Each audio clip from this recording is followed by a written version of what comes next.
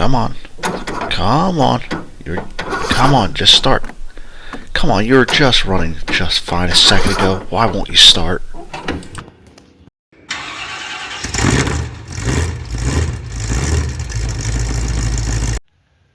Welcome back everyone to Zombie's Garage. We got another one on the cooling board that needs to be brought back to life. This is a Craftsman T130 riding mower that I found at a yard sale for about $25.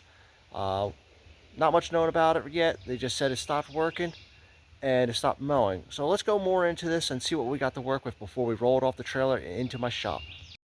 Okay, so this is a 2018 model from what I could tell on the serial plate on here. From what they told me, they hit something and then the mower stopped running or stopped moving.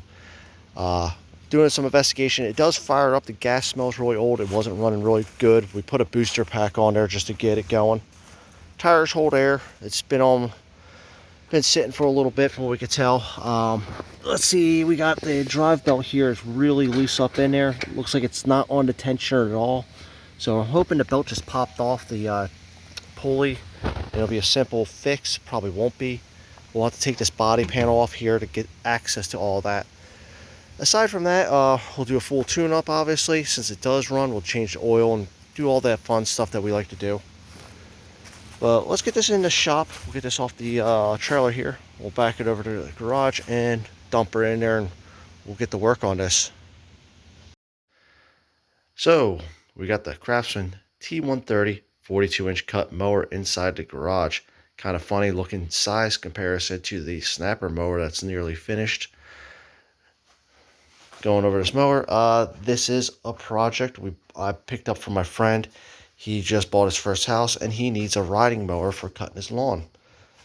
First problem though we've run into, it being in my garage since last night, it smelled of rotten nasty gas.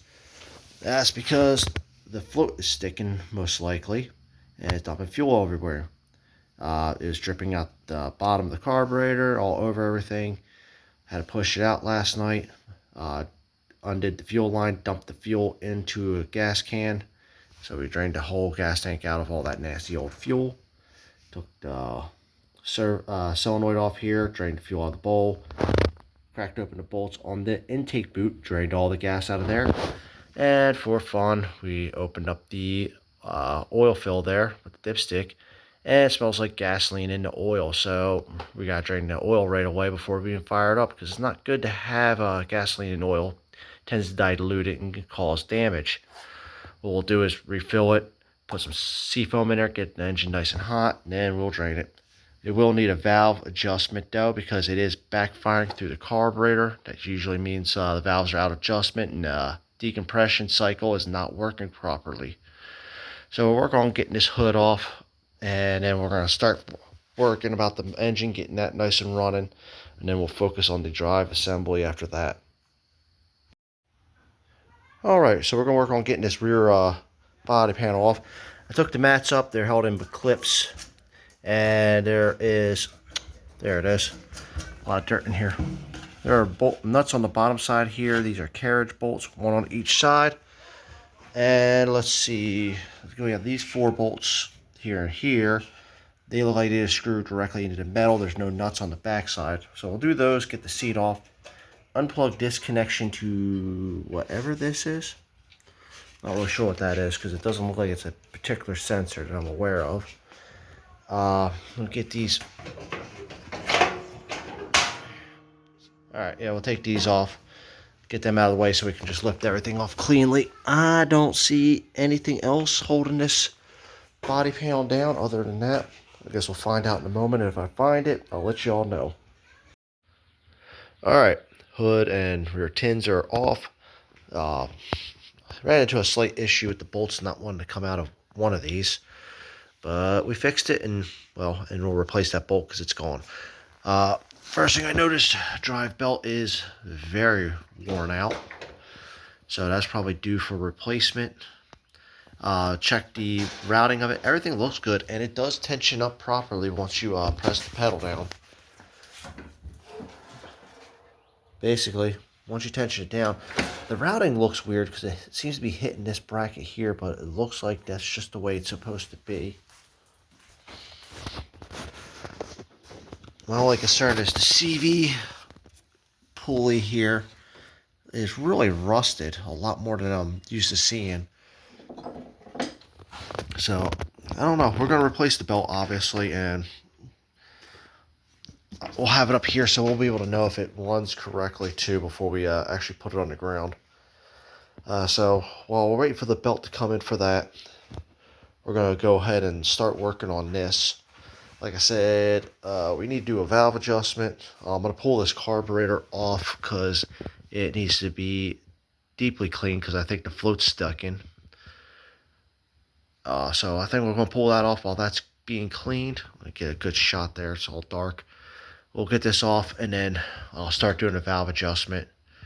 And we'll see where we're at that point. Alright, so we got the carburetor off. And it's got quite a bit of gunk in the bottom there. And it seems to be the same for inside the carburetor itself. And I'm on to bet everything's just a little bit nasty in there.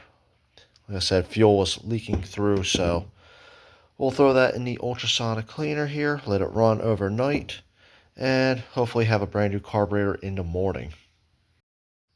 Whew. Man, this belt sucks. The drive belt on this one is absolutely horrible. This belt wasn't in bad shape. Blade belt actually looks pretty new. This belt was, for better or worse, ruined. Probably why it was slipping so bad. I thought that it came off the pulley here, but everything was there. It's just that belt was just absolutely just shredded. Sorry I didn't get a video of it. It ended up being a lot more, and I probably should have just read the manual like somebody with half a brain, but that's not me. Usually drive belts aren't that hard to figure out. This one was special. This nut right here, it's exposed, and I was like, oh, that's weird. I thought, the top plate there would be nice and covered. I was wrong. You undo that, it drops down a pulley assembly. If we can get a video shot of it. Basically, and if it's even feasible, it's not really feasible. Basically, we got a pulley assembly right under here. You drop that bolt down, undo the crank pulley here, slide that down, undo a plate here that loosens up the CV clutch here, and that allows you to slip everything off. You gotta take that pulley off too, so get that off so the belt can come up all the way around. In theory, it's not that bad. In practice, it is an absolute nightmare because nothing wants to go easily back together, especially with these springs. These springs are under a lot of tension. Wasn't aware of that till I started trying to get it back together. And again, my spring tool is at work right now because I keep all my big tools at work since I work on construction equipment. If I known, I would have brought it home with me. But I also wanted to get everything back together tonight because I don't want to forget how everything goes together. And I'm pretty good about forgetting how the things go back together. Either way, it's all back together. We'll get the tin back on here. Oh no, we can't put the tin back on here. We got to actually change out the starter relay over here because for some reason MTD thought it would be a good idea to mount the starter relay, get a good focus there instead of most companies mount it near the starter, where the starting switch is, where the starter is, instead of back over here. I don't know. I'm taking a wild guess because of patents and everything. They don't have a choice, but let's just, maybe pay whatever it is to do this the better way. Either way, we got to change out that because that was clicking a lot, even with a brand new battery in there. So we'll change that out. Make sure our connections are tight just in case that's part of the problem. I've seen loose battery connections be a problem. So we'll change that out. Get the tin back on. And we'll focus on trying to get everything back together for this engine. Carburetor is clean. I've ran it through ultrasonic cleaner for like 2 days in a row. Mainly because the first day I kind of forgot about it and it got settled with mud again. So I had to clean everything out, redo it again. I'm blabbing at this point, so I'm calling it a night here. So we'll catch y'all tomorrow. Alright, so engine's pretty much all back together now. We got the valves adjusted, which you've all seen me do a few times already. We got new fuel filter in here. And we got our nicely clean carburetor. Not clean bolts, but clean carburetor. Oil change. There's definitely gas in the engine oil right now just from the stuck float on here. So what we're going to do is drain all the gas out. I mean, not drain all the gas out, silly me. I already drained all the gas out. Drain oil and put fresh oil in there. It shouldn't have circulated into the filter yet.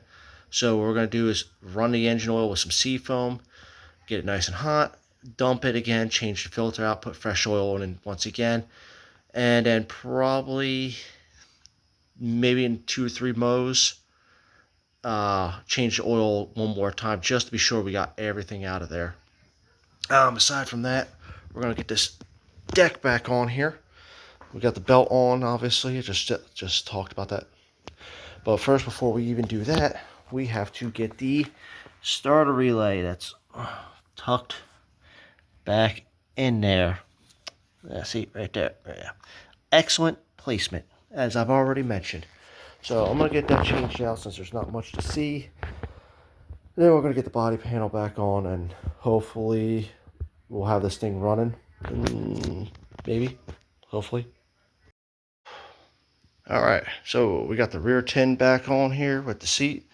All the connections been made. We still need a battery and some sort of holder for the battery. The guy had it in there before with these big thick zip ties. We might do that again if we can't find a case to hold a battery. Sorry for that noise. Everything else looks like it works properly the way it's supposed to. Did empty the oil and made an absolute mess of it because most newer motors, I haven't seen a mower like this in a while, where they just put the plug right there and no way to drain the oil. Literally, they could have bent this rod just a little bit taller and put a drain tube out of here so you can drain the oil. Because guess what happens? I tried to pack stuff around here the best I could to keep the oil, kind of draining straight down. It still went under the motor, onto the pulley, possibly onto the belts. It doesn't look like it, but it went onto the belts, onto the deck, everywhere but where I wanted it. Because why not? Terrible design. These guys, let's say these facts, these mowers weren't designed to last very long. They don't care if you change the oil. They just care that you sold a mower. That's it. They don't care if it lasts 10 years. They don't care if it lasts 1 year. As long as it runs out of warranty time and they don't have to be stuck with the bill, they could care less. That said, let's get some fresh oil in there. We're going to get some gas, get a battery in there, somehow support it, and we're going to get this thing fired up. Okay, so we kind of run ourselves into a unique problem. You can see I got my multi-tester out. Went to go start the mower. We got the battery in there. And it cranks down really, really hard and really, really slow in the cables. Both the negative and positive are getting hot. And the starter is sounding extremely unhappy. This kind of happened when we first brought it home, and we did manage to fire it up. We figured it was just an issue with the valves being out of adjustment. It'll add an extra compression since when the valves get out of adjustment, the decompression cycle doesn't work properly. Starter is extremely hot. Positive cable is hot. We checked the bolt connections, checked the connections there because sometimes they'll get corroded or loose and that will cause a starter issue. I suspect that the starter itself is bad, mainly because, well, let me get you set up here in the tripod. Okay, now I got you in the tripod here. We got my cable connection here. Unfortunately, I'm missing one of my alligator clip wires here, but let's turn it on. And we got 12.995. We're going to turn the motor over.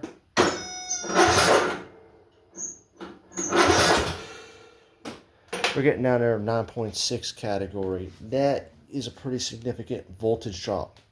Mix that with the hot cables, both positive and negative. The cable up at the starter being really hot and the starter getting hot. I'm suspecting that the starter's bad. Probably a bad winding or something along those lines.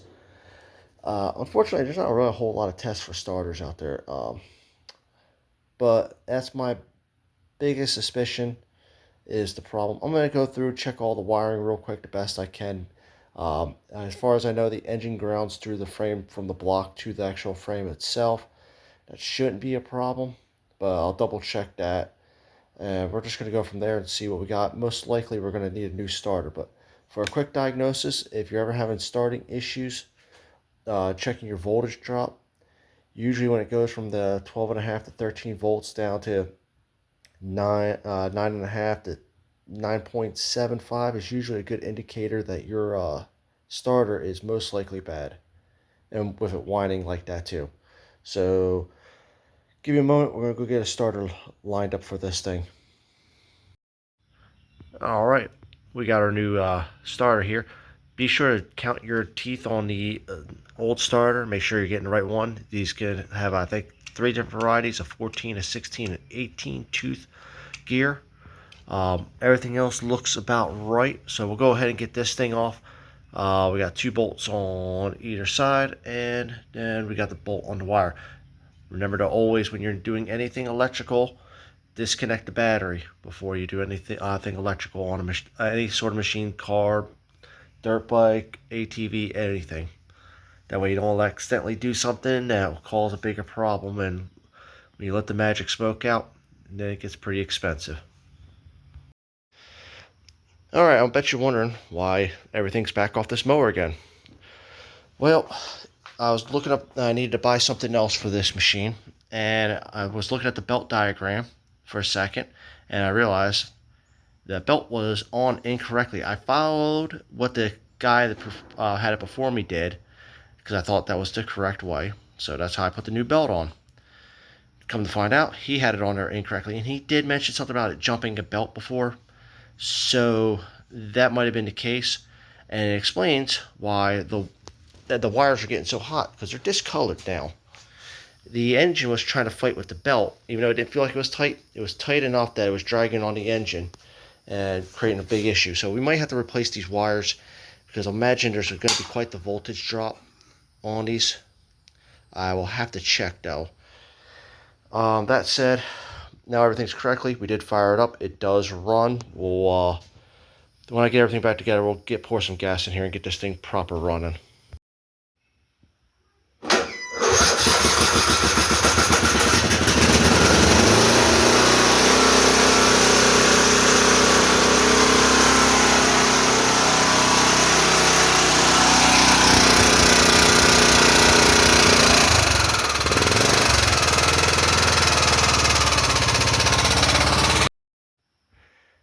This mower is becoming the bane of my existence.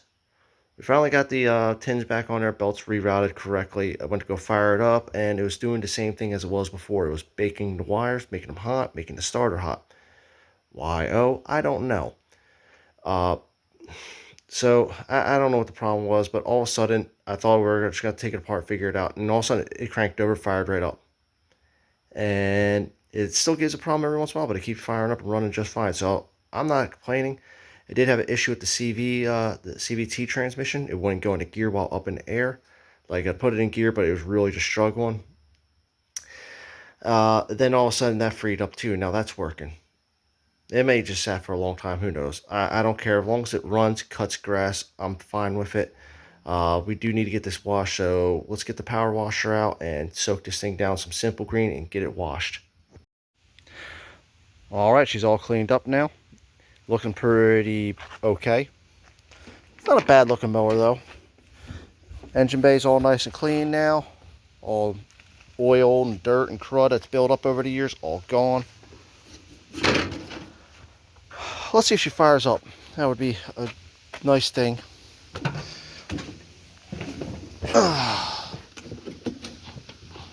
Yeah, I'll go that way. Still doing that key thing.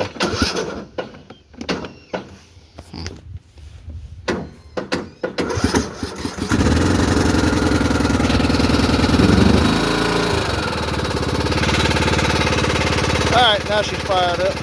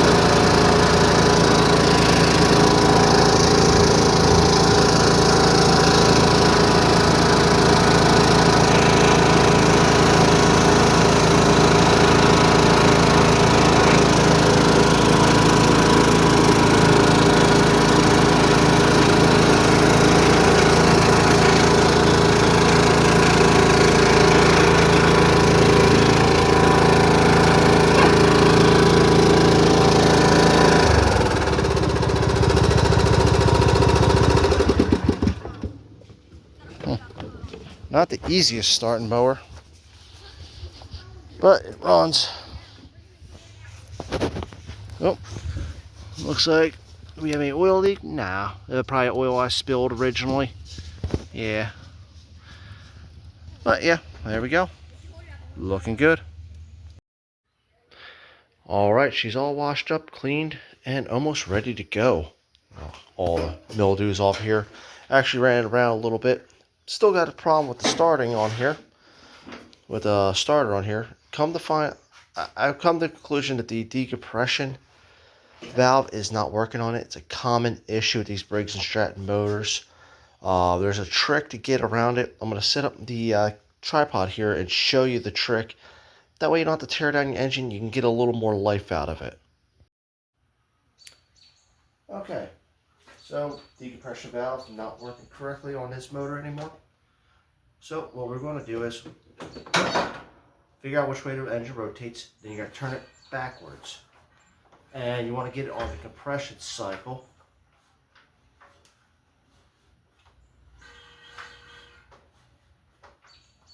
There it is.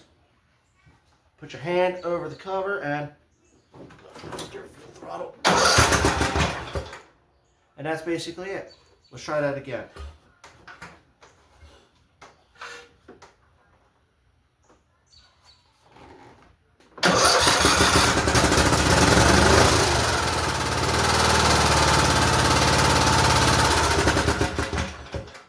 Once you do that, get the engine started, put the air filter back on, put the cover back on, and go ahead and start mowing. But unfortunately, that's just the way it is when your decompression valve's not working and you don't have time or the money to tear down the engine to fix it. Well, we didn't get very far with this stupid mower. Went to go out for a test drive and mow my lawn with it to make sure everything worked correctly. And the blade engagement cable snapped. Matter of fact, I believe I had a cable here someplace. There it is. There it is. There's the end of it. So, let's get this. I'm going to take everything off of here and replace the cable. Yay. First things first, we're going to remove that seat. Next, we're going to take these grips off of each handle, and then we're going to finish unbolting the body panel here and take that off. Next, we have to remove this top plate here. Let's get a closer view.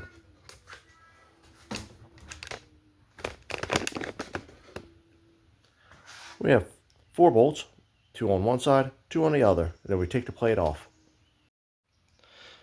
Plate's off. Let's get to here. You have to undo this bolt right here. That's what that goes through on there. Cable gets routed down here. There's a clip in for holding this in place. And it goes all the way over to here where we have a pin right here. We push that out, take that off, and then there's a hook on the end that goes to the tensioner. Alright, new cable's in. We got the bolt through the loop here. Cable's routed. We just have to zip tie this into place with the zip ties provided. Everything's hooked up under there. We just got to check to make sure the blade engages, and it does. So, put everything back together, reverse order. And there it is. That was hopefully the last repair this mower will take for a while, aside from obviously doing something about the decompression valve. Let's get out there and mow some lawn, and let's see. Well, hopefully this test drive goes better than the last. Let's just put it like that. This one has definitely turned into a bit of an annoying project where one thing after another just keeps going wrong. You fix one problem and another one pops up. Luckily now everything seems to be sorted. Reverse works pretty good. Goes pretty fast too in reverse. Guess that would be the nature of the CVT transmission. Yeah, it does still have the starting issue. That's something we're just going to address later down the road, where we're going to have to pull the engine out and split the case to fix the governor. Apparently they're made of plastic and they're just prone to failure on this type of engine. But it does cut grass pretty well. We put new blades on it. For a $25 mower, I mean, my buddy sunk about $100 in parts into it. And it should be a somewhat reliable mower as long as we can keep getting it started. Not much else to really say about this mower though. It's a light duty mower. These are the cheapest of the cheap economy mowers that you could buy at box stores. They're nothing fancy. They're made under several different names like Toro and such like that by MTD. They're not designed to last long. They're not designed to be a good mower. They're designed to last a few years, and that's just about that. So there's not much really to say about these mowers. They're just the cheapest of the cheap, and they're only made to last so long. So the fact that we got any time out of it, I think my buddy should be happy about.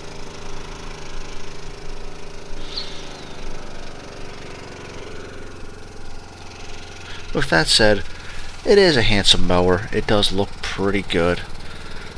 I mean, looks being what they are. Kind of like the hood on it. I'm trying to think of something nice to say about this mower, but honestly, I really just don't like it. This has just been one of those projects that has just been an absolute nightmare from start to finish. And I am just so happy this thing is finally out of my house and going to my buddy's yard so he can cut his own grass with it, and I'll hopefully never see it again, except maybe this winter when we have to tear the engine out. With that said, thank you all for coming to Zombie's Garage, and we'll see you next time.